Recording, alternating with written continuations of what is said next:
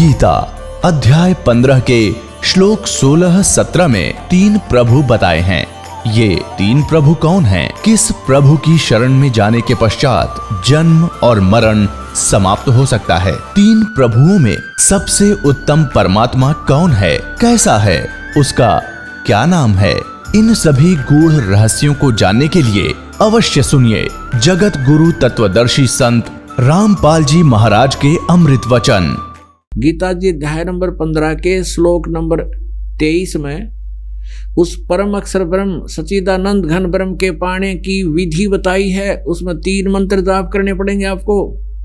ओम तत्सत इति निर्देश ब्रह्मण त्रिविध समर्थ। उस ब्रह्मण माने सच्चिदानंद घन ब्रह्म यानी परम अक्षर ब्रह्म को पाने का केवल 3 मंत्र के जाप का सुमरण करने का निर्देश है, नथिंग एल्स। निर्देश माने फाइनल ऑर्डर, निर्देश माने दिशा, उसका तरफ संकेत भी, निर्देश भी और आदेश दोनों होते हैं। इसके अतिरिक्त कोई मंत्र जाप नहीं करना। इन मंत्रों के अतिरिक्त 2 जाप तुम कर रहे हो। एक 3 मंत्र ये हैं और 7 मंत्र जो आपको प्रथम उसमें दिए जाते हैं, प्रथम जाप के अंदर। इनके अतिरिक्त कोई भी अन्य 2 जाप आप करते हो तो शास्त्र विधि को त्याग का मनमाना आचरण है। और उन 7 मंत्रों में से कोई एक जाप भी कहीं कोई कर रहा है तो भी शास्त्र विरुद्ध है। अब जैसे एक गाड़ी है, मोटर गाड़ी है, कार गाड़ी है, उसके सभी पार्ट्स हैं और उन्हीं से मिलकर वो गाड़ी बनी है। उनमें से कोई एक पहिया निकाल ले, व्हील, और उसको लिए जा रहा, घुमा रहा है, हाथ से ही चला रहा, और वो कहे मैं भी कार लिए फिर रहा हूं, वो मूर्ख बना रहा है, नशे में है या कति उल्लू है, उसने देखी नहीं गाड़ी कैसी होती है, या बकवादी आदमी है। तो ऐसे ही इन 7 मंत्रों जो प्रथम आपको दिए जाते हैं उनमें से कोई एक मंत्र को अलग से कोई जाप कर देता है, कोई 2 देता है अलग से, वो विधि उनकी ठीक नहीं है, तो वो समझो शास्त्र विधि रहित है, वो गाड़ी नहीं है, यानी सभी मंत्र नहीं है। दूसरा उदाहरण ये समझो कि जैसे कोई औषधि बनाई जाती है, उसमें 5-6 जड़ियां डाल दी जाती हैं, उनमें से कोई एक जड़ी को खावेगा तो वह रोग नाशक नहीं होगी जो सभी जड़ी मिलकर जिस रोग का नाश करेंगी। तो ऐसा समझना। तो इस प्रकार जो ज्ञान नहीं था हमें, और कोई भी संत कोई भी हमें मंत्र दे देता था, हम उसी पर आश्रित हो जाते थे और अपना श्रद्धा से लगे रहते थे। उससे जीवन व्यर्थ होता था, क्योंकि वो शास्त्र विधि त्याग के मनमानी पूजाएं थी। तो अब ये प्रसंग आता है कि सतगुरु शरण में आने से आई टले बला और जय मस्तिष्क में सूली हो व काटे में टल जा। अब ऐसा ये सही मंत्र मिल जा, जैसे ओम तत्सत, ये 3 मंत्र का जाप है। इसमें ओम और तत् मिलकर, तत् ये गुप्त है, कोड वर्ड है, और सत भी गुप्त है, ये भी कोड वर्डों में है। तो ये दास के अतिरिक्त इन कोड वर्डों को कोई ना तो बता सकता, और यदि इस दास से ये ज्ञान प्राप्त करके, कोई उपदेश प्राप्त करके स्वयं कोई आगे ये मंत्र बता रहा है, कोई नाम देने लग भी जाता है, तो वो उस अधिकारी ना होने से डुप्लीकेट लाइसेंस बनावेगा, तो वो स्वयं भी दोषी होगा, और जो उससे वो बनवा लेंगे, उससे नाम ले लेंगे, वो भी दोषी होगा, उनका जीवन व्यर्थ होगा। तो इस दास के अतिरिक्त ना कोई अधिकारी है, ना इसका कोई आज तक जानता था इस ओम तत् और सत को। ओम तो सार्वजनिक है, ओम तो सीधा ये सरपुरुष का जाप है, और तत् ये अक्षर पुरुष का जाप है, और ओम और तत् ये कोड वर्ड है, तत् अलग मंत्र। इन दोनों मिलकर एक सतनाम बन जाता है। ये 2 अक्षर का एक मंत्र बनता है सतनाम, और तीसरा मंत्र जो है वो सार नाम है, उसको आदि नाम भी कहते हैं।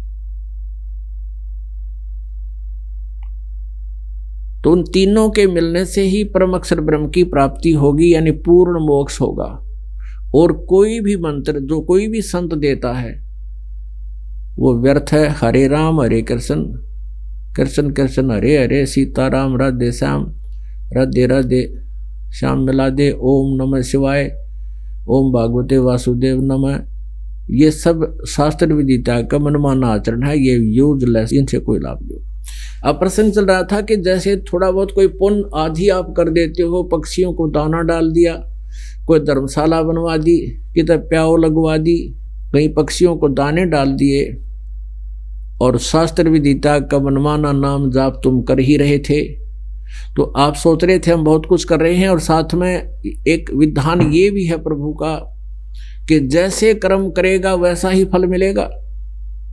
दूसरी तरफ गीता जी अध्याय नंबर 16 के श्लोक नंबर 23 और 24 में स्पष्ट कर दिया, शास्त्र विदिता का जो मनमाना आचरण करते हैं उनको न तो कोई सुख हो सकता, ना उनकी गति हो सकती, और ना ही उनको किसी प्रकार का कोई और लाभ होना, ना उनकी कोई सिद्धि प्राप्त हो सकती। तो यूजलेस हुआ। इन तीन कामों के लिए हम भक्ति करते हैं, घर में अपने जीवन में सुख हो, हमें कोई ऐसी हमारी साधनाएं सत्य हो, हमें हमारी गति हो, मोक्ष प्राप्ति हो। अब जैसे इस प्रकार के जो मनमुखी दान धर्म आपने करते रहे वो गीता अनुसार व्यर्थ हुए, और गीता जी में एक और प्रमाण है कि जैसे कर्म कोई करेगा वैसा ही फल मिलेगा। वो विधान है, उसके आधार से आपको फिर उसका क्रेडिट मिलेगा। वो कैसे मिलेगा? शास्त्र विदिता का मनमाना आचरण करते रहे, दान पुण्य भी करते रहे, वो कैसे मिलेगा? जैसे आपने देखा होगा कुत्ते इन धनवान लोगों के घर पर पाले जाते हैं, उनका अलग से एक रूम होता है, कक्ष, और उसमें कूलर लगे होते हैं, एसी लगे होते हैं उस कुत्ते के लिए, और महीने में 3-3 4-4 बार वेटरनरी सर्जन उनको आकर के उसकी मेडिकल जांच करता है कुत्ते की। और उस कुत्ते का ड्राइवर होता है मनुष्य, गाड़ी में बैठा कर ले जाता है उसको, जो उसका मालिक कहलाता है। और मालिक की सीट पर बैठता है कुत्ता उसका, और मालिक ड्राइवर है और कुत्ता मालिक है, पीछे बैठा गाड़ी है और सैर सपट्टे करता देखता जा रहा, खिड़की में आ गई इधर उधर से। अब उस पुण्य आत्मा ने, उस भोरी आत्मा ने कभी कोई दान पुण्य ऐसे किया था मनमुखी साधना से, उसका जैसे कर्म करेगा वैसा फल तो मिला उस आधार से, उस विधान से, लेकिन वो पुण्य उसको मिल गया कुत्ते के जीवन में। अब वो पुण्य कुत्ते के जीवन में मिल गया और उसको सारे सुख दे दिए जो आम व्यक्ति को भी उपलब्ध नहीं है, मनुष्य को भी। और उसने उसके सारे पुण्यों का उसमें सारा हिसाब किताब करके खत्म कर दिया, बर्बाद हो गया। अगला जन्म मिलेगा सूअर का, उसमें कौन सुविधा देगा उसने?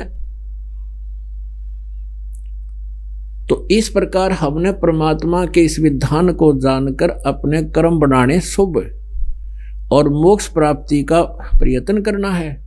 अभी तक हमें किसी ने सतमार्ग नहीं बताया, ना ये तत्व ज्ञान बताया। ठीक है, परमात्मा भक्ति की प्रेरणा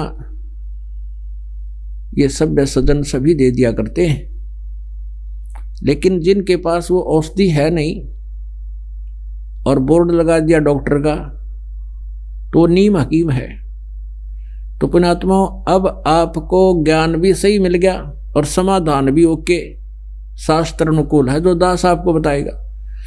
तो अब ज़्यादा देर लगाने की आवश्यकता नहीं है। जिनको नाम मिल गया वो तो अपना आनंद ले, और अन्य को भी समझाने की चेष्टा करो, क्योंकि आपको पता लग गया। आपके संपर्क में कोई आ, उसको बताने का आपका परम कर्तव्य बनता है, समझाने का, क्योंकि नहीं तो फिर आप दोषी हो जाओगे। क्योंकि हम सभी एक ही परमात्मा की संतान हैं और हम भी उसी स्थिति में थे पहले, जब तक हमें ज्ञान नहीं हुआ। और फिर ये साधना ना मिलने से, ये भक्ति ना मिलने से, परमेश्वर की शरण ना मिलने से हमारे ऊपर कितनी आपदाएं आनी थी, उससे भी आप परिचित हो जाओगे। तो फिर आप सबको बताने की चेष्टा करो। को मानने ना मानने वो कोई बात नहीं, आपका कर्तव्य बना है एक बार उसको एक बार छेड़छाड़ जरूर करे, उसने समझाने की चेष्टा करे और भक्ति बताओ आप प्रेम से, चाहे वो आपको बुरा भी बोले, काली नहीं माने, आपका फर्ज पूरा हुआ, आपने उसको परमात्मा का संदेश व चिट्ठी दे दी। अब वो माने ना माने वो फिर खुद जिम्मेवार है। आगे जाके जब ये प्राणी यहां संसार छोड़ कर जाता है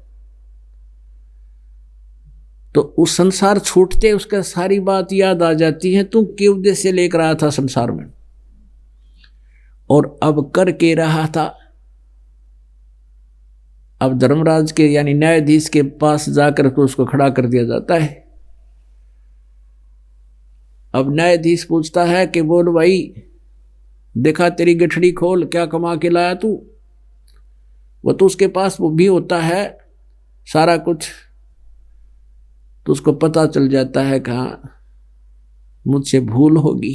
अब वहां ये प्राणी एक बात कहता है, ये क्या कहता है कि हे भगवान,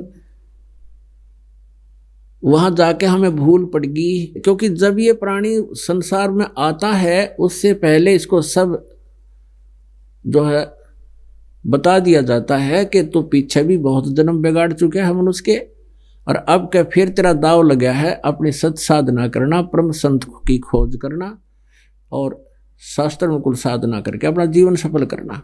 तो ये यही सोच कर आता है, माँ के गर्भ में भी इसको याद रहती है, ये भगवान इनका गलती बनी सो बनी, आगे कभी गलती नहीं करूँगा, आपकी भक्ति करूँगा, एक बार मुझे इस गंध से निकाल दो, माँ के गर्भ से बाहर कर दो। तो वहाँ तो इसको याद थी, जब ये यहाँ आया तो तीनों गुणों का एकदम प्रभाव हो गया, त्रिगुणमयी माया का, ये फिर भी अचेत हो गया। तो इसको नए सिरे से जो जैसी पढ़ाई पढ़ा देता है उसी तरह शुरू कर देता है।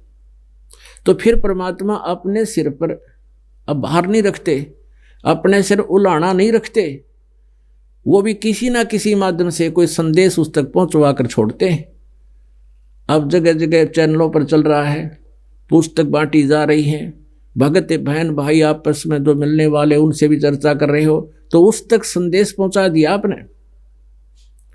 अब वो वहां जाकर के ये कहता है धर्मराज के दरबार में, जब यहां लुट पिट कर चला जाता है भक्ति ना करके और कहने से भी नहीं मानता है, तब वो एक बात कहता वहां जाके, हे भगवान, हमने पता नहीं चला, हमारे को किसी ने बताया नहीं, भक्ति कर लो। तब उसकी वो फिल्म चलाई जाती है, क्योंकि एक फिल्म तो हमारे अंदर कोड वर्डों में डिपॉजिट होती है, जो कर्म हम दिन रात करते हैं, और उसकी एक कॉपी भगवान के पास पहुंच जाती है, फैक्स हो जाती है, यहाँ से वो ईमेल हो जाती है, और भगवान के पास वो कॉपी होती है, उसको चला के दिखा देता उसकी सीडी को, अगले तू क्या कह रहा है कि मेरे को किसी ने बताया नहीं, देखिए भक्त ये बहन क्या कह रही है तुझे, और तू क्या कह रहा है कि किसने देखा भगवान, मेरे पास समय नहीं है। तो फिर वो नीची गर्दन कर लेता है, हाँ परमात्मा कहा तो था इसने। तो पुण्यात्मा ना तो आपका सिर उलाना रहे, भगवान भी इस बात में उड़ाने में नहीं आता। अब चेष्टा करो मनाने की कि उसके ऊपर पहाड़ टूटेगा, तो परमात्मा वहां से भेज देता है कि चल नरक में जा तू। तो इस प्रकार ये प्राणी वहां जाकर समझ पाता है कि मेरे से गलती बन गई। तो फिर क्या बने भाई, अच्छे दिन पाछे गए और गुरु से किया ना हेत, अब पछतावा क्या करे, या तो चिड़िया चुगी खेत। तो पुण्यात्माओं, आपका सौभाग्य है कि आपको परमात्मा का यूं मार्ग मिला, और इस पर खरा उतरना आपने, ये बातें कहन सुन की नहीं कर पाड़न की है। अब फिर एक प्रसंग चला था कि सतगुरु शरण में आने से आई टले बला, और जब भाग्य में मृत्यु दंड हो, सूली हो, वह कांटे में टल जाए। पहले मृत्यु दंड दिया करते थे, एक गोल चक्कर सा होता था और उसके बीच में एक सुराख होता था, और उसके ऊपर उस व्यक्ति को बांध दिया जाता था गोल चक्कर के ऊपर, और उसके नीचे सुराख से एक भाला निकलता था बहुत तेज नोक वाला, और उस व्यक्ति को वहां विवश कर दिया जाता था, उस बांध दिया जाता था। और जब तक वो धीरे धीरे उसको छोड़ दिया जाता था, अपने प्रेशर से अपने आप नीचे आता था। व्यक्ति तो हल टहल सकता नहीं था और वो भाला उसके नीचे से और धीरे धीरे धीरे धीरे सिर में से निकलता था। उसको सूली तोड़ना कहते थे। वो मृत्यु दंड ऐसे दी जाती थी। तो यहां परमात्मा कहते हैं कि संत शरण में आने से आई टले बला और जय मस्तक में सूली होवा काटे में टल जा। आपने ऋग्वेद मंडल नंबर 9 और सूक्त नंबर 1 का मंत्र 8 और 9 में बहुत बार दिखाया है, फिर आने पर समय आने पर दिखाएंगे। उसमें क्या लिखा है कि वो परम अक्षर ब्रह्म पूर्ण परमात्मा, ये वेद ज्ञान दाता भी वही है जिसने गीता ज्ञान दिया। ये ब्रह्म सरपुरुष है। तो सरपुरुष कह रहा है कि वो परमात्मा 3 प्रकार से शरीर धार करके लीला करता है। 3 प्रकार के शरीरों में लीला करता है। एक रूप में तो वो सतलोक में रहता है, ऊपर के लोकों में, तीनों लोक, 4 लोकों में, सतलोक, अलखलोक, अगमलोक और अकैलोक में। वहां तो उस परमात्मा के शरीर की इतनी शोभा है जैसे एक रोमकूप में करोड़ सूर्य मिला दे, करोड़ चंद्रमा, तो भी परमात्मा के एक रोमकूप की रोशनी अधिक है। और वो ट्रिपल रोल करता है, ट्रिपल। और दूसरे प्रकार का शरीर वो धारण करता है जैसे प्रत्येक युग में एक नवजात शिशु का रूप धारण करके, और उसका विधान है कि वो सरोवर के ऊपर वहां पर आकर के प्रकट होता है कमल के फूल पे,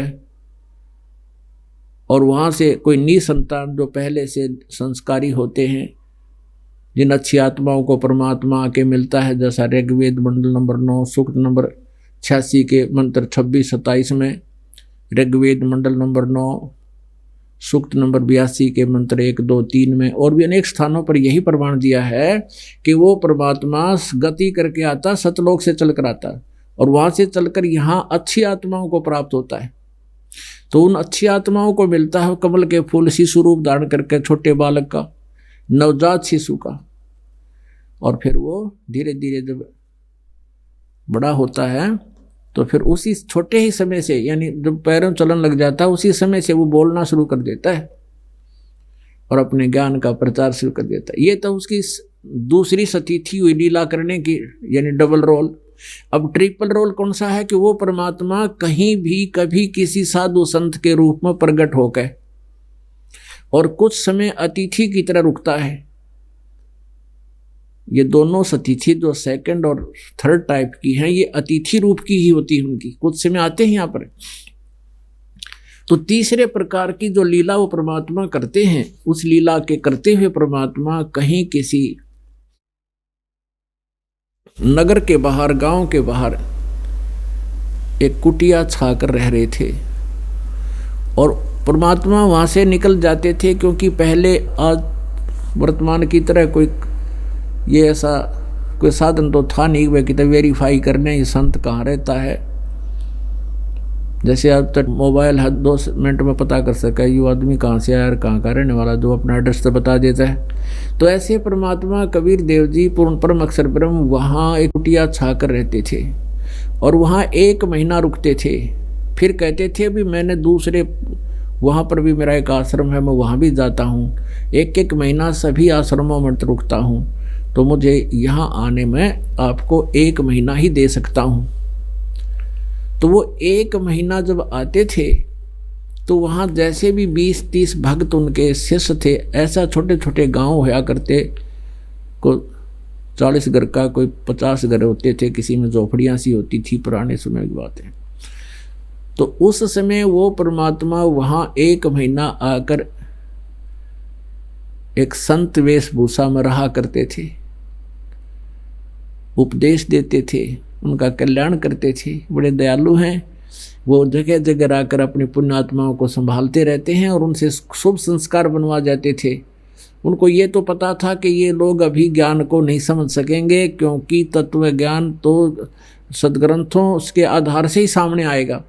तो परमात्मा कलयुग के भी इस प्राइम टाइम आपको पहुंचाने के लिए रह रह कर कहीं कहीं मिलते रहते और आपके पुण्य करवा जाते थे, जिससे आपको मनुष्य शरीर भी मिलता रहा। तो ऐसे ही परमात्मा वहां लीला कर रहे थे।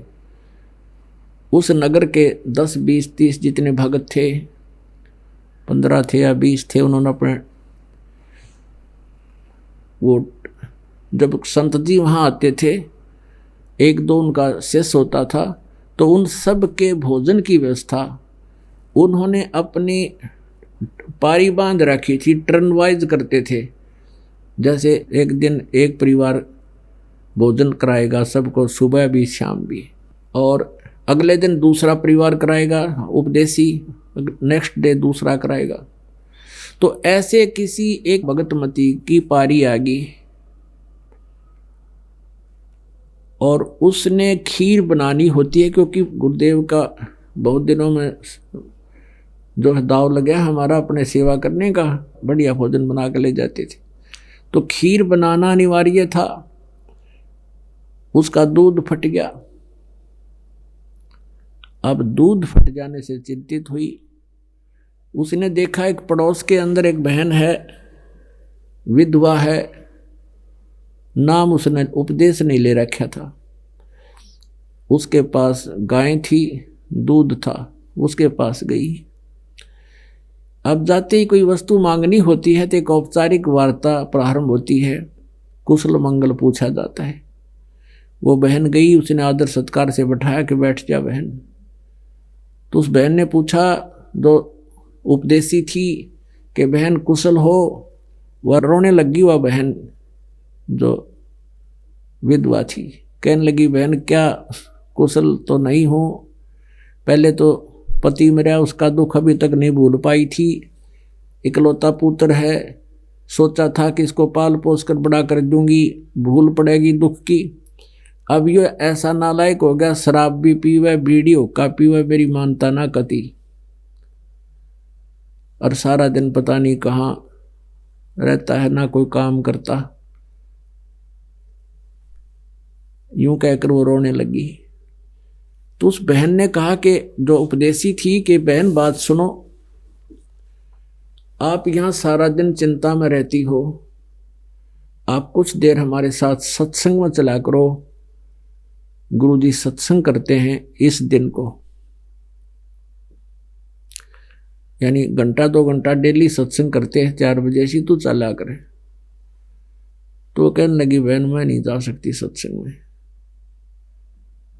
क्यों नहीं जा सकती? क्योंकि पहले तो मैं विधवा, और यदि मैं घर से बाहर जाऊंगी तो सबकी नज़र मेरे ऊपर होती है, ये कहाँ जा रही है, और तुम्हारे तो पति हैं बहन, तुम्हें तो कोई टोक नहीं सकता, मैं नहीं जा सकती। तो उस बहन ने काफ़ी कुछ समझाने की चेष्टा की, नहीं मानी वह। फिर प्रार्थना की कि बहन ऐसे ऐसे मैंने अपने गुरुदेव का आहार कराना था, मेरी पारी थी, मेरा दूध फट गया, खराब हो गया, और दूध दे दे मुझे, तेरा उधारा दे दूंगी, कल दे दूंगी, मैंने खीर बनानी है। तो उस बहन ने दूध निकाल कर बाल्टी में रखा था, न्यू का न्यू, वो सारा का सारा उसके पात्र में डाल दिया, अकले जा बहन। अब उस उपदेशी बहन ने कहा कि कुछ तो रख ले तू, अकना सारा ले जा, और मेरा भी पुण्य में लाग जाएगा कि तय। अब इस बात से वो भी बड़ी प्रभावित हुई। वो बहन उपदेशी थी कि इस तरह तो मैं भी दूध ना दे सकती, मैं तो नाम ले रही हूँ जिस तरह इसने, यह तो है तो पुण्यात्मा, पर बिचल गई है यहाँ पर बिना ज्ञान के। तो वो दूध लेगी, खीर बनाकर संत भक्तों को खिला दिया। अब पुण्यात्मा यहाँ से शुभ कर्म शुरू हो गए उसके। अब उस बहन ने सोचा, उपदेशी ने, कि यह है अच्छी आत्मा, जब इसका इतनी सेक्रीफाइस, इसके अंदर इतना ये हिम्मत करती है, इसने सारा दूध निकाल कर दे दिया, आप भी नहीं रखा। तो फिर वो धीरे धीरे वहाँ जान लगी, उसको चर्चा सुनावे। बेबे न्यू है, भगवान की भक्ति की कथा तो सत्संग में सुनकर जाती, उसके पास चर्चा कर दे, बस 10 मिनट 20 मिनट जैसे आध घंटा बड़ा खूब सुनने लगी। धीरे धीरे वह 2-2 3-3 घंटे सुनने लगी। फिर प्रार्थना करी उस बहन ने कि आप नाम लो, वहाँ रहोगे तो आपकी टेंशन भी खत्म होगी, दिमाग में हर समय आपके यही बात बनी रहती है, आपका जीवन का उद्देश्य ही खत्म हो चुका है, जिस तरह आप सोच रहे हो। हाँ बिल्कुल हो चुका है। मालिक कहते हैं सौछल सीधर मैं करूं अपने जन के काज, और कहते हैं कबीर कमाई आपनी कदे न निष्फल जा, 7 समुंदर आडे पड़वा मिलाएगा हुआ। वो पुण्य उसने शुरू किया था, उसी का प्रतिफल मालिक ने देना शुरू किया।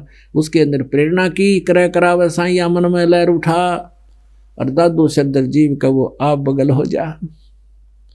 वो बहन कहने लगी मैं चलूंगी तुम्हारे साथ, सत्संग तो जरूर सुन के आऊंगी, नाम तो मैं ले नहीं सकती। दिन में सत्संग था तो वो चली गई। सत्संग छोड़ने के बाद पुण्यात्मा पे फिर कहाँ रुका जाता है। वो कहने लगी बहन मैंने तो नाम दिला दे, मैंने तो खाम खा जीवन व्यर्थ कर दिया, ये डले डोलिए सारे, बता के खट्टा मन इस जीवन में। जवान अवस्था में पति मर गया, एक पुत्र पास करी थी, आज ये पुत्र हाथ ला रहा, इसकी चिंता मेरे मन से निकलती नहीं, और मैं तो नाम लूंगी, पीछा छुटवाऊंगी। जन्म और मरण के चक्कर तय संग जन्म हो गए, धक्के खाते न, जैसा गुरुजी बता रहे। और कहते हैं एक का चोट से धारिया जिन मिलन दाचा, एक का वचन घर कर जाता है, जिसकी पुण्यात्मा ने होती है। नाम ले लिया, सत्संग में जाना शुरू कर दिया। फिर एक दिन उसको भी प्रेरणा हुई कि मैं भी गुरुदेव को भोजन कराऊं, लेकिन वहां पारी बंद की थी सबकी। 2-3 से प्रार्थना की कि मुझे एक दिन का समय दे दो, तो वो कहने लगे नहीं, हमारा तो मुश्किल से दाव लग गया, हम अपना एक दिन नहीं दे सकते आपको। तो उस बहन जो उसको लेकर गई थी सत्संग में, जिसको दूध मांगा था उधारा, उससे प्रार्थना की। उसने खुद ही कहा बहन तू मेरे एक टाइम की सेवा तू ले ले, एक समय की मैं कर लूंगी, क्योंकि वो संत 1-2 महीने वहां रुका करते थे, और ऐसे घर होते थे 15-20 उपदेशियों के। तो उस बहन ने फिर एक शाम की सेवा दे दी उसको कि शाम की सेवा तू कर ले। उस बहन की खुशी का ठिकाना नहीं। गुरुदेव के लिए भोजन तैयार करूंगी, भोजन सब्जी बनाई, खीर बनाई, सारा भोजन तैयार कर लिया। उसी समय उसके ऊपर क्या रजा हुई, बुखार हो गया उसका, और इतना तेज बुखार हो गया कि वह सारी कांप है। भोजन तैयार हो गया, जान की हिम्मत नहीं, और बाकी सब जा लिए वहां दोस्त गुरुदेव के दर्शनार्थ जाया करते थे। उसने सोचा अब क्या बनेगी, गुरुजी भूखे बैठे हैं संत, और मैं जा नहीं सकती। इतने वो पुत्र आ गया। वो जल्दी क्यों आ गया, उस दिन उन्होंने स्कीम बनाई कि अभी रात्रि के समय और राजा के घर पर चोरी करेंगे। वो चोरों के ग्रोह से मिल चुका था, और जल्दी भोजन खा के तुम वहां आ जाइए। कोई स्थान निहित कर लिया उन्होंने कि रात को 1 बजे 12 बजे सब सो जाते हैं, और राजा के महल में चोरी करेंगे। वहां रानियों के हार 1-1 लाख रुपए के होते हैं, और सेठ हो जावांगे और न्यू बनावांगे, वो शेख चिल्ली होगी। तो इसलिए वो जल्दी आ गया कि भोजन खा के जल्दी पहले जा बैठूं वहां पर, कहीं पीछे ना रह जाऊं। उसकी माँ ने कहा कि बेटा मेरा एक काम कर दे, तो ऐसे ऐसे मैंने उपदेश ले रखा है, और आज मेरी पारी थी और भोजन बना दिया, मेरा बुखार बन गया बेटा देख। अब उसने देखा, हाथ से पकड़ा, हाँ आपका तो बहुत ज़्यादा तेज बुखार है, तो इसलिए मैं आपसे प्रार्थना करी बेटा आप ये आहार मेरा भोजन गुरुदेव को पहुंचा दे आश्रम में। तो उसने सोचा तू आश्रम में जाओगा, 8 बज रहे हैं, आओगा इतने 10 बज जाएंगे, कदे तू पीछे ना रह जा और तेरा नंबर कट जा, उस 1-1 लाख के हार ना मिल रहे। तुरंत मना कर गया, जो बोला नहीं मैं नहीं जाऊंगा उसमें, और तो भी मत जाया कर, माँ तेरे बारे में पता नहीं दुनिया क्या क्या कहती है। यानी 100 बातें सुना दी, और वह माई रोने लगी, बहुत बुरी तरह रोने लगी। वह कहने लगी बेटा आज के बाद तुझे कोई काम नहीं कहूंगी, तू मेरा यूं कार्य कर दे, आज कर दे तो किसी तरह। तो उसने सोचा अब घनी देर रोएगी, चलो कहने लगा अल्लाह माँ दे। उसने सोचा तू फटाफट देगा आ जाइए। अब उस माई ने तैयार कर रखा था, वो लेकर भोजन चला गया। और वो बहन जब गुरुजी के पास जाती थी एक प्रार्थना करा करती, गुरुदेव वो लड़का मेरे वाला बहुत दुखी करता है, शराब पीता है, बीड़ी पीता है, काम करता नहीं, और मैं थोड़ा बहुत कमाती हूँ उसमें से पैसे ले जाता है। उसको भी शरण में लो प्रभु, उसको भी शरण में लेना दाता, उसको सद्बुद्धि देना। अब ये प्रार्थना वो बार बार रो रो कर कराया करती थी।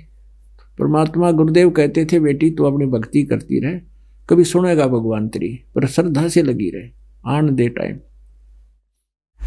अब वो लड़का भोजन लेकर पहुंचा, पूछा, वहाँ 10-20 भगत बैठे थे कि गुरुजी कहाँ हैं, महाराज जी कहाँ हैं? कि भाई नहान गए हैं, स्नान करके आएंगे, बैठ जाइए, यहाँ आएंगे और भोजन खाएंगे। इतने में महाराज जी आ गए, परमात्मा ही थे वो तो, साधु रूप में आकर बैठ गए और आके कहने लगे कि महाराज जी ये उसका लड़का आया, रामो नाम था उसका, रामो का लड़का आया है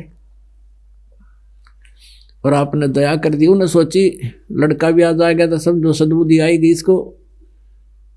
और वो रोज प्रार्थना करती थी, आपने सुन ली उसकी, वो बेटा आ गया उसका, भोजन लिया आपका, ठीक है बेटा, बड़ी अच्छी बात हुई, परमात्मा ने सुन ली उस बेटी की। बहुत दुखी थी वो, बहुत अच्छा हो गया कि कहाँ बुलाओ, उसको बुलाया, बैठा दिया।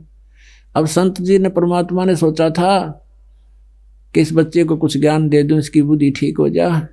खाना सामने रखा था, महाराज जी बताने लगे बेटा मनुष्य जीवन परमात्मा पाने के लिए होता है, भक्ति नहीं करते वो दुखी होते हैं, परमात्मा की भक्ति करनी चाहिए, सत्संग में आया करे, उपदेश ले ले।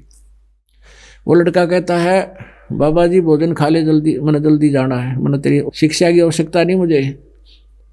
इतना बेहुदे ढंग से बोला तो महाराज जी ने सोचा तो सचमुच निकम्मा, वो बहन बेटी ठीक रोती है, इसको ये तो जमा पशु है। फिर अपना भोजन खा लिया। तो वो बैठा इसलिए रहा कि बर्तन लेकर जाने हैं, वो बर्तन लेकर और वो चल पड़ा। उसने तो वहाँ से खूब स्पीड जल्दी जल्दी चला, कदे लेट हो जा। 12 बजे पहुँचना वहाँ मंदिर में, वो जहाँ भी उन्होंने समय स्थान कर रखा था निहित, जहाँ से चोरी करने जाना था। अब वो जल्दी जल्दी आ रहा था, रास्ते में कांटा लग गया उसके पैर में और कांटा लग के अंदर टूट गया। अच्छा बाहर मोटा लंबा बबूल की किक्कर की सूल चल गई। अब वो इतना पैर में दर्द हो गया, उसका पैर टेके नहीं ढंग से, लंग करता हुआ घर पहुंचा और बर्तन मारे फेंक के रसोई में और छत्ती सुनाई अपनी माँ तई कि आज के बाद भेजना, तू तेरे आश्रम में गया था जो मेरे पैर में कांटा लग गया। उसने दुख इस बात का हो रहा कि तू अब जा नहीं सकता चोरी करने और तेरे हिस्से के पैसे गए। तो वो पैर पकड़ कर कहने लगा आज के बाद तू भी नहीं जाना, देख मैं गया था जब मेरे को ये कांटा लग गया और मैं इधर मुंह करके भी ना सोऊं आज के बाद, और आप भी मत जाया करो वहाँ पर।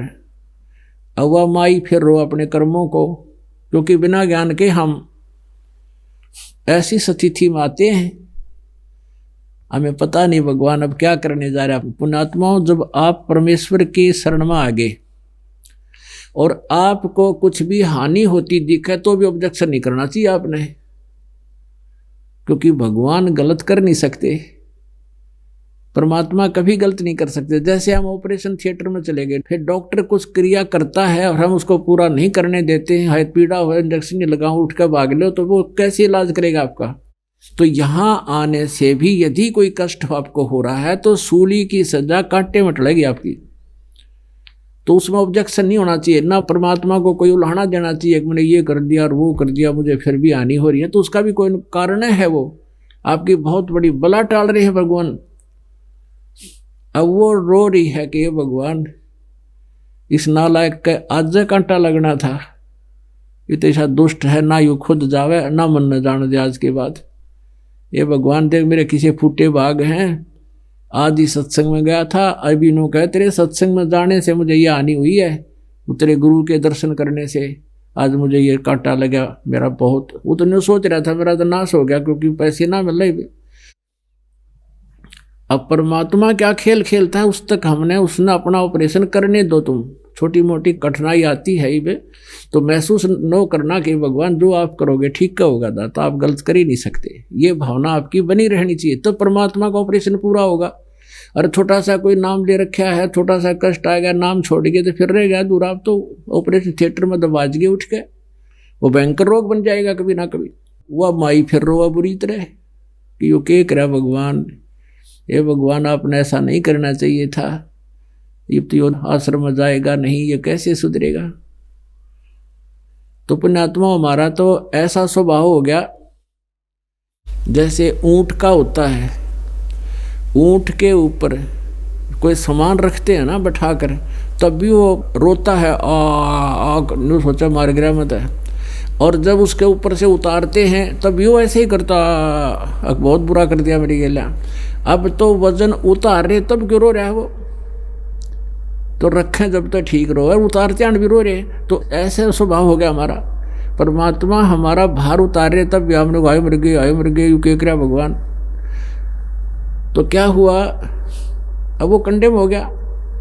जैसा भी देसी ट्रीटमेंट था, माई ने उसका को पट्टी वट्टी बांध दी, बेटा सुबह कांटा निकलवाएंगे, लेकिन सारी रात दुखी हुआ खूब रही कि भगवान आपने ऐसा नहीं करना चाहिए था, यू के हुआ बता। तो सुबह क्या हुआ कि रात्रि में उसके जो मित्र थे चोर, उन्होंने कुछ देर उसकी इंतजार करी और वो चोरी करने के लिए चले गए, वो नहीं जा सका। अब राजा के महल में चोरी करने का प्रयत्न करने लगे, वो पकड़ लिए, वो तो रात्यन कर दिए पेश। राजा से कहा कि भगवान ये ऐसे खूंखार हैं, जब राजा के चोरी और डाका डालना चाहते हैं तो आम जनता को यह क्या बख्शेंगे, ये बड़े भयंकर खूंखार डाकू और चोर हैं। राजा ने कह दिया इनको सजा सूली की सुना दो। वो 4-5 थे, उन सारों को सूली की सजा सुना दी। और उसके साथ एक और एडवर्टाइजमेंट किया करते थे, उनको गांव नगर में घुमाया करते थे आसपास के, ताकि औरों को भी ये भय बने कि इन्होंने क्या दोष किया है, क्या अपराध किया, इसको क्या सजा दी जा रही है। तो इस तरह वो सजा उसकी गले में लटका दिया करते, पंपलेट बना के उन पर लिख दिया जाता था इस व्यक्ति ने ये अपराध किया जिस कारण से इसको आज ये सजा मिलने जा रही है।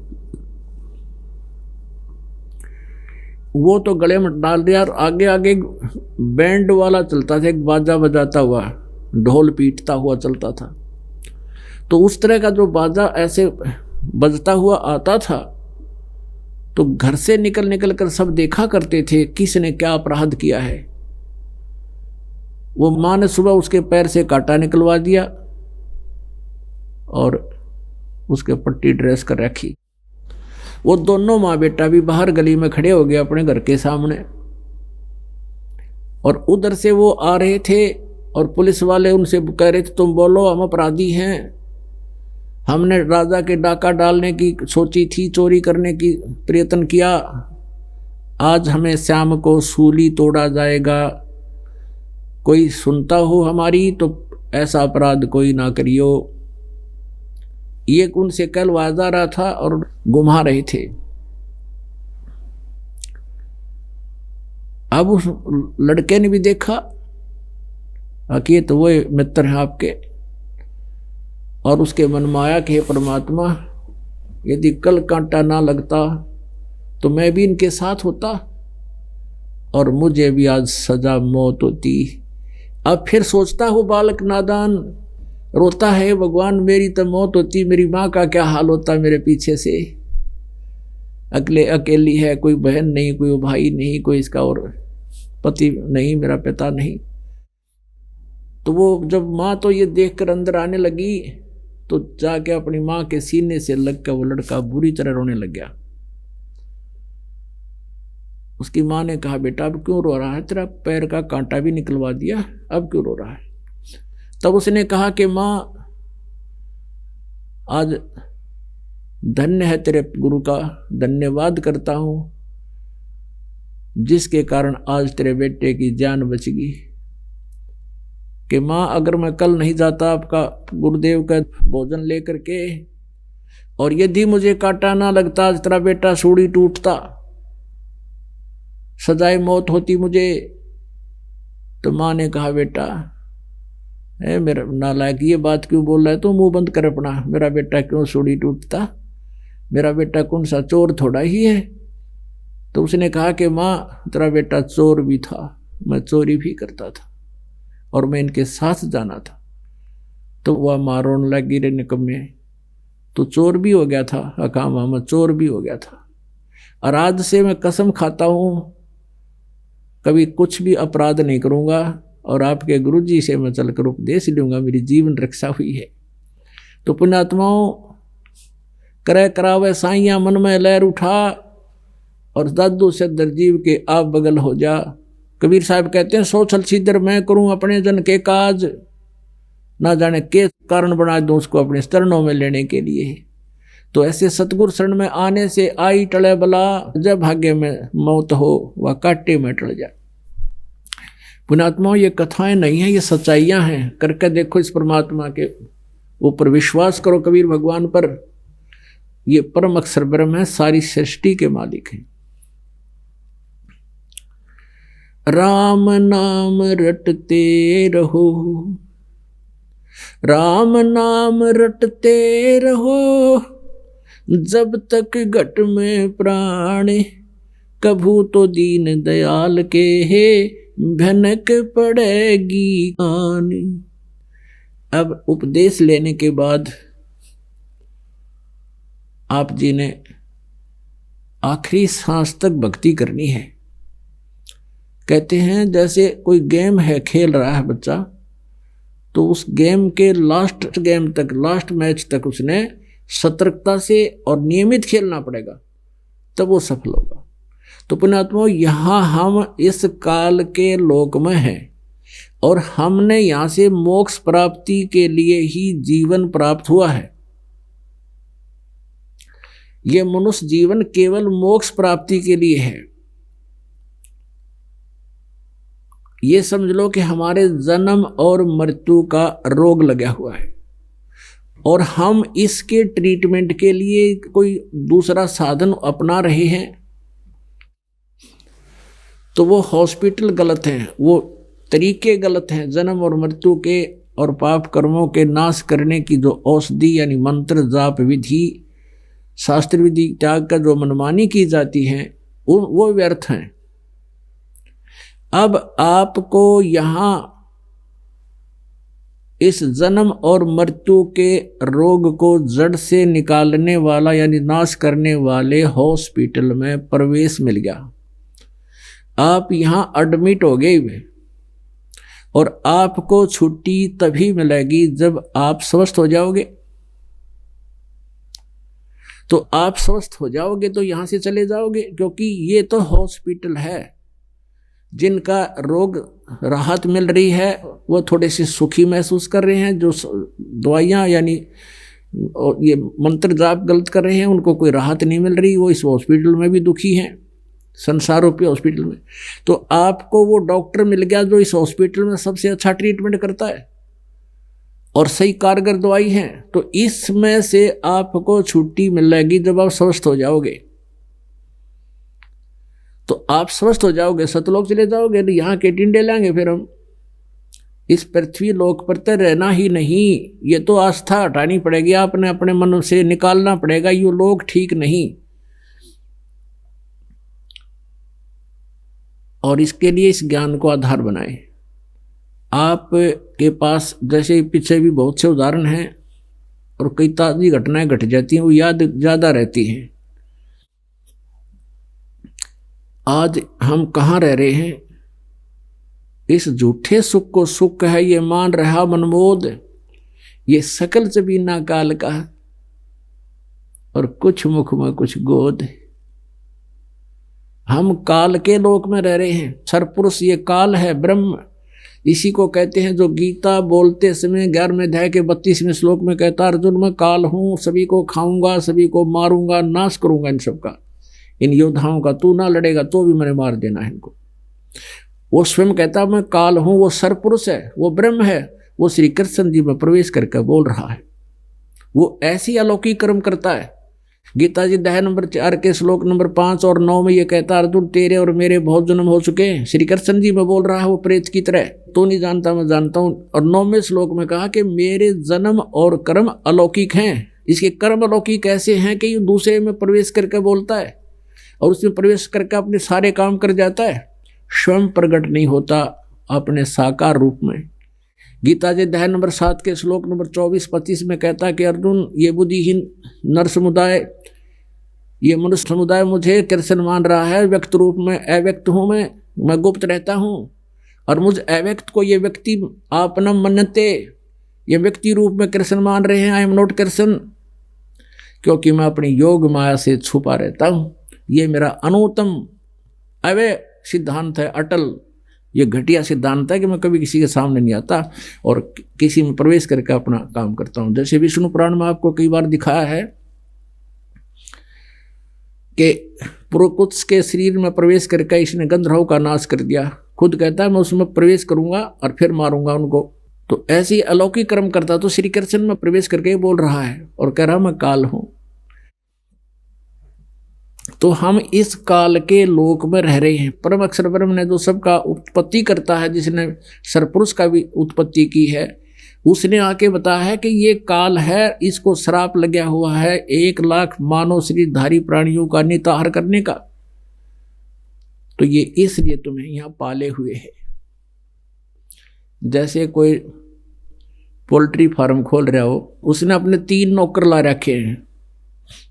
एक तो मुर्गी मोल ला के वहाँ रख दे, और दूसरा उनकी देखभाल कर रहा है, उन्हें चूजे चाजे निकाल दे है, और तीसरा वहाँ से मुर्गे पकड़ के धनी के पास पहुँचा दे है, अकेले खा ले तू।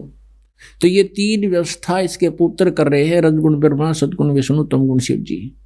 रजगुण ब्रह्मा जी के आधार से तो हम यहाँ संतान उत्पत्ति करते हैं, राजपाट ज्ञान सभी व्यवस्थाओं को प्राप्त करने की चेष्टा करते हैं। और सतगुण विष्णु जी के सतोगुण के प्रभाव से हम एक दूसरे में ममता रखते हैं, एक दूसरे के हम ऊपर हमारे दिन मोह होता है। और तीसरा जो भगवान शिव जी जो है हमारा मार करके यहाँ से काम तमाम कर देता है, और इनकी हम पूजा कर रहे थे। तो ऐसे परमात्मा कहते हैं ये 1 लाख मानवधारी प्राणियों का नित आहार करता है। इसके अंदर एक सूक्ष्म शरीर है, स्थूल शरीर के अंदर। इस स्थूल शरीर के माध्यम से जितने भी अच्छे बुरे कर्म ये करता है, अच्छे बुरे आहार करता है, जैसे शराब, मांस, तंबाकू, बीड़ी, सिगरेट, सौफंड करता है, तो उसका सूक्ष्म अंश सूक्ष्म शरीर में लिप्त हो जाता है। और उसको फिर इसने उससे छुड़वाने का तरीका बना रखा है, तपस्या पर भून के। वहाँ जीव मरते नहीं, लेकिन तंग इतने होते हैं पूछो मत, उनको फिर कर्माधार से भेज देता है। आजकल इसको समझना बहुत आसान है। जैसे आजकल एक ऐसे तरीके अपना रखे हैं इन्होंने, मछली का तेल निकालते हैं, समुद्र के किनारे एक मशीन लगा देते हैं, उनको एकदम मछलियों को पकड़ते हैं, समुद्र से निकालते हैं, तुरंत मशीन में डाल देते हैं, और मशीन में ऐसी बुरी तरह उनको उठा पटक करते हैं, सेकंडों में ही उनमें से तेल छुड़वा लेते हैं और फिर उनको फिर फेंक देते हैं, जीवित रह जाती है। तो ऐसे वो वहाँ गंध निकाल लेता हमारे अंदर से, उस तपस्या पे हमें भून के तड़फा के, और फिर हमें भेज देता कि जाओ तुम अपने कर्म आधार से कर्म करो, जो जिसका भाग्य भोगो। तो यहाँ ये रहने का स्थान नहीं है। अब जैसे कोई सेठ है, कितना ही पैसा उसके पास, अच्छी बड़ी इंडस्ट्रीज है, या कोई मंत्री है, मुख्यमंत्री है, प्रधानमंत्री है, अब वो कितना सुखी है, और उसकी मृत्यु हो जाती है तो क्या सुख था उसको, क्या सुख होया यो? क्योंकि सारा जीवन वो व्यक्ति संग्रह करने में लगा रहता है, उससे फिर कार कोठी बनाने की नीत अपनी बनाए रखता है, संपत्ति जोड़ दूं, ये कर दूं। तो यहाँ तो हम रह ही नहीं सकते। यहाँ से दिल हटाने के लिए ये फार्मूले अपनाने पड़ेंगे। ये बातें सच्चाई है, लेकिन याद रखनी पड़ेंगी। ये परमात्मा कहता है कि सारा जीवन ये प्राणी संपत्ति और संतान के ही लिए अपना जीवन न्यौछावर कर जाता है, और संपत्ति जोड़ने की नीयत इसकी खत्म नहीं होती। इसके मरे जा सही हो, लास्ट में भी न सोचा कुछ धंधा ही करता रहूं जब तक हाथ पैर चलते हैं। और परमात्मा के लिए भक्ति का टाइम समय इसके पास होता नहीं। अब जैसे एक बहुत बड़ा उद्योगपति था, सारी व्यवस्था थी, अपने ही हेलीकॉप्टर में गिर कर मर गया। अब जब तक उसके पुण्य थे तब तक तो वो सारा ठाठ बाट से हेलीकॉप्टर में चला था, और जिस दिन वह बैटरी डिस्चार्ज होगी, पुण्य समाप्त हो गए, आगे चार्जर था नहीं, ठीक साधना कर नहीं रहा था, तो उसका जीवन पूरा हुआ। अब क्या बनेगा? कुत्ते की योनि प्राप्त करेगा वो। तो क्या है ये लोग, कहाँ रह रहे हम? ये धोखा के रखा अपने साथ। अब जैसे पीछे आपने देखा था, सुना था, एक पोलैंड देश का पूरा मंत्रिमंडल जिसमें 95-96 व्यक्ति थे, एक जहाज में बैठ कर जहाँ थे किसी का दुख व्यक्त करने, शोक व्यक्त करने किसी की मृत्यु पर, और आप मर गए। 95-96 थे, सारे के सारे एक का दिन, एक का सेकंड में खत्म हो गए, कुछ एक क्षणों में। उनकी कितनी आशाएं थी, कितनी उम्मीद थी उन लोगों की, अब कहाँ गई वो? जो काम करना थे मनुष्य जीवन से वो तो किया नहीं, भूत बने फिरेंगे कि तय। पीछे 2 साल 3 साल पहले की बात है, एक पेपर में आया था, समाचार पत्रों में, एक बहुत बड़ा राजनेता था, उसके साथ 5-7 उसके चेले चपटे, और वो हेलीकॉप्टर में जावा था। वो हेलीकॉप्टर से मर गया, पड़ के एक्सीडेंट हो गया, उससे मर गए। वो 5-6 उड़े भूत बन रहे हैं, पूरे गांव ने दुखी रखे। और फिर उनका जंतर मंतर करवाया, तो उन्होंने कहा हमारा महल बनाओ। वह एक चबूतरा बनाकर उनकी 5 इतने है वो बना रखे हैं, नारे नारे अलग अलग। हाँ, वो वहाँ कोठी बनवा रहा है, और तो भक्ति करनी थी वो करी नहीं गई, आज वहाँ भूत बना फिरा है। ऐसे ही एक इसका आंध्र प्रदेश के मुख्यमंत्री हेलीकॉप्टर में जाए थे। अब जो मुख्यमंत्री है उसकी कितनी उमंग, और कहाँ कहाँ उसकी पार्टियों की इंतजार होती है, यहाँ आएंगे आगे से आगे उनके ऊपर, और वो वहाँ उसका ये नहीं पता कहाँ मरा हुआ पड़ा है। 3 दिन में जाकर लाश मिली थी उसकी। ऐसे अरुणाचल का एक मुख्यमंत्री 7 दिन में शव पाया था, उसके टुकड़े टुकड़े हुए गादड़ के सीटे थे। और कई साल पहले की बात है, एक पंजाब और हिमाचल प्रदेश का गवर्नर था, और वो जा रहा था अपना गवर्नर पद पर होते होते, उसने सोची रिटायरमेंट निकट आ रही है, तो हिली स्टेशन पे कोई बढ़िया पार्क बना, बढ़िया सा प्लॉट खरीद, 3 करोड़ रुपये अपने हेलीकॉप्टर में लेकर जा रहा था। और पहले ये 100 के नोट थे, 1000-500 के थे को नहीं, और 3 करोड़ तो बहुत हो जा है, पूरा एक जीप में ना हो 3 करोड़ ये 100 के नोट। और हेलीकॉप्टर में भर के प्लाट की साई देने जा था, परचेज करने जा था, साथ में परिवार था। एक्सीडेंट ग्रस्त हो गया, और वो नोट कितना गया, उड़ते अंडा उड़ा गडरी उठा के ले गए उन्हें, और भेड़ खाओ उनके कागजा ने उन्हें, हैं, और वो वहीं मर गया। परिवार का भी गले नाश हो गया। अब चाट ले उसने हिली स्टेशन में, उड़ा कितने भूत बने अंडेगा, या कितना चूहा बन के धक्के खाओगा। अब सारा जीवन खो दिया, जो काम करना था मनुष्य जीवन से वो करा नहीं। पिछले पुण्य थे इतने सारे ठाठ रहे, बड़े बड़े पद प्राप्त हुए, और जब आगे चार्जर लगा नहीं, वह बैटरी डिस्चार्ज हुई, जब ये दुर्गति होती है इस प्राणी की। ये भगवान हम सभी के लिए संदेश देता, किसी एक व्यक्ति विशेष के लिए नहीं। हमारे साथ भी यही बनेगी, जब हम भक्ति नहीं करेंगे, भगवान की शरण नहीं ग्रहण करेंगे। तो यहाँ से तो आपने ये समझ लेना पड़ेगा कि ये लोग ठीक नहीं। तो फिर हमें ये सुख कैसे होगा, हमारा ये जन्म और मृत्यु का रोग कटे। तो उसके लिए क्या बताया है कि राम नाम रटते रहो, राम नाम रटते रहो, जब तक घट में प्राण, कभू तो दीन दयाल के है भनक पड़ेगी कान। किसी भी सदग्रंथ को आप उठाकर देखिएगा, जो सदग्रंथ है, श्रीमद् भगवत गीता में कहा कि अर्जुन 8वें अध्याय के 5 और 7 श्लोक में ये सर्वपुरुष गीता ज्ञानदाता कहता है, जब मेरी भक्ति करनी है तो मेरा भजन भी कर और युद्ध भी कर, मुझे प्राप्त होगा। अब इसका कहने का तात्पर्य ये है कि मेरी शरण में रहना है तो मेरे ओम नाम का जाप कर। 8वें अध्याय के 13वें श्लोक में गीता जी में कहा कि ओम इति एकाक्षरम, ब्रह्म व्यवहारन माम अनुस्मरण ये परियाति तजन देहम सयाति परमाम गतिम। मुझ ब्रह्म का केवल एक ओम अक्षर है, नथिंग एल्स। ये बाकी के जो मंत्र जाप किए जाते हैं, हरे कृष्ण कृष्ण राधे राधे श्याम राधे, ये 5 ओंकार अरंकार, सोहम और सतनाम ज्योति निरंजन, ये नाम नहीं है। और काल मूर्त सब स्वरूपी राम सतपुरुष, ये मनमुखी मंत्र है, ये कोई मंत्र नहीं जाप करने के। और तो इस तरह कोई 2 अक्षर बना लेता है एक अक्षर को, तो वो भी ठीक नहीं है जाप। यानी इस मंत्र को छोड़ के, ये सरपुरुष का मंत्र है, कहता मेरा तो केवल एक ओम मंत्र है, नथिंग एल्स। और इसको अंतिम सांस तक, शरीर छोड़ने तक जो त्याग कर स्मरण करता हुआ जाता है, सयाति परमाम गतिम। जो ब्रह्म से यानी ओम से मिलने वाली जो गति है, वह परम गति यानी ब्रह्म लोक है, केवल इस ओम नाम से प्राप्त होगी। लेकिन ये ब्रह्म लोक पर्यंत गए हुए प्राणी भी जन्म मृत्यु में आते हैं। 8वें अध्याय के 16वें श्लोक में गीता जी में कहा कि ब्रह्म लोक पर्यंत ये सभी लोक पुनरावर्ती में है, यानी वहां गए हुए प्राणी भी लौट कर पुनः क्षीण होने पर पृथ्वी लोक पर आते हैं और अन्य प्राणियों के शरीरों को भी प्राप्त होते हैं। अब यहाँ अनुवादकर्ताओं ने थोड़ी सी गलती की है। 8वें अध्याय के 16वें श्लोक में उन्होंने ये किया है कि ब्रह्मलोक पर्यंत सभी लोग पुनरावर्ती में, ये तो ठीक कर दिया। आगे लिख दिया कि मुझे प्राप्त प्राणी का पुनर्जन्म नहीं होता, ये अनुवाद गलत है।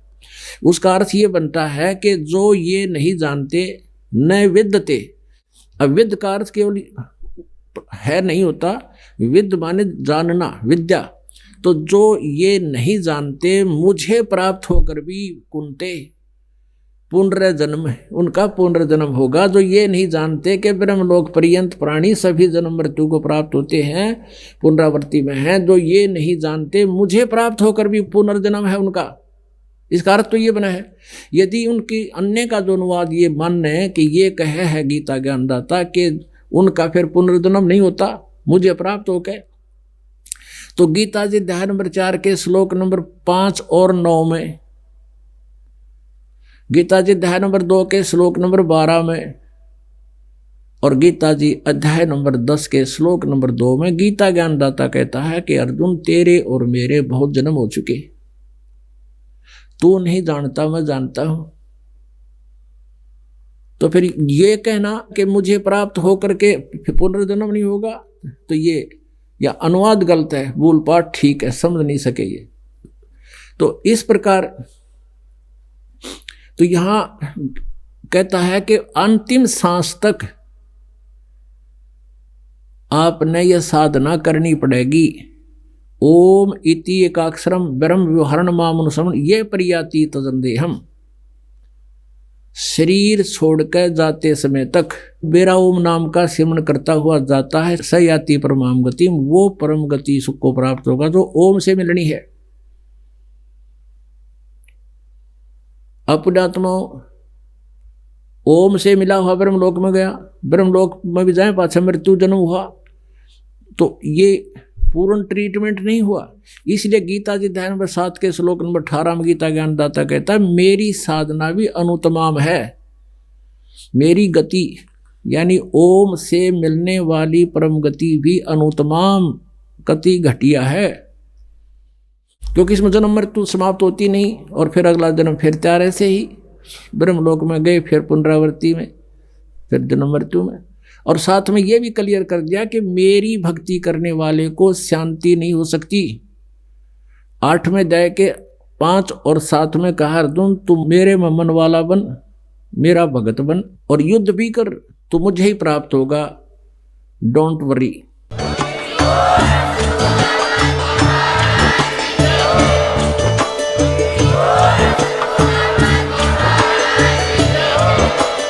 आप सुन रहे थे जगत गुरु तत्वदर्शी संत रामपाल जी महाराज जी के मंगल प्रवचन। अधिक जानकारी के लिए विजिट कीजिए हमारी वेबसाइट www.jagatgururampalji.org। संत रामपाल जी महाराज जी के शुभ आशीर्वाद से पूरे विश्व भर में 500 से भी ज्यादा नाम दीक्षा केंद्र हैं, जिन पर संत रामपाल जी महाराज जी द्वारा ऑनलाइन निशुल्क नाम दीक्षा दी जा रही है। अपने नजदीकी नाम दीक्षा केंद्र का पता करने के लिए संपर्क करें 8222880541।